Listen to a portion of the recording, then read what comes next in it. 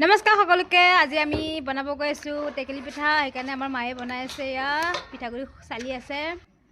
আৰু আজিকালি এয়া বিহু আহি পাইছেহি। আমি সেইকাৰণে আগতীয়াকৈ খাইছোঁ, কাৰণ সকলো ঘৰতে বনাই খাব মন নাযায়। আৰু ফাইনেলি আমাৰ ভণ্টিয়ে মিক্সাৰত পিচি আছে চাউল।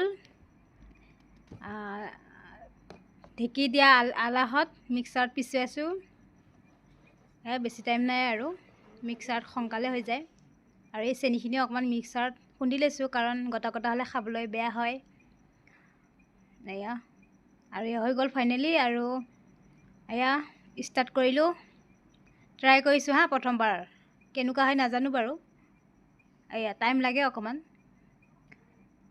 টেকেলি পিঠা এইটো হৈছে আমাৰ ভাইটিটো, খাবলৈ কাৰণে ৰখি আছে। ভাপত বনি আছে। ম'ম' বনোৱা নিচিনাকৈ বনাব লাগে। বহুত আজিকালি আগৰ বনাওঁতে বহুত কষ্ট আছিলে, আজিকালি ইমান নালাগে বাৰু কষ্ট কৰিব। চাকনিখন হৈ গ'লে হৈ গ'ল।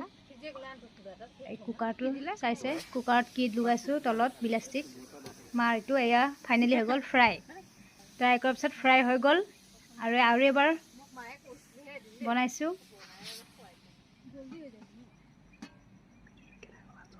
আৰু আপোনালোকে কোনে কোনে এনেকৈ বনায় বাৰু? আৰু যিহেতু এতিয়া নতুন চাউলৰ, আৰু এয়াচোন হৈ গৈছে কেইটামান। দেখি চাচোন, খাওঁ খাওঁ লাগিছে না আপোনালোকৰ? আৰু ফাইনেলি মোৰ মানুহজনীয়ে এয়া খাব ষ্টাৰ্ট কৰিলে। গৰম গৰম বহুত ভাল লাগিছে বোলে তাৰ। আৰু সিজিছে, ইমান ধুনীয়াকৈ সিজিছে।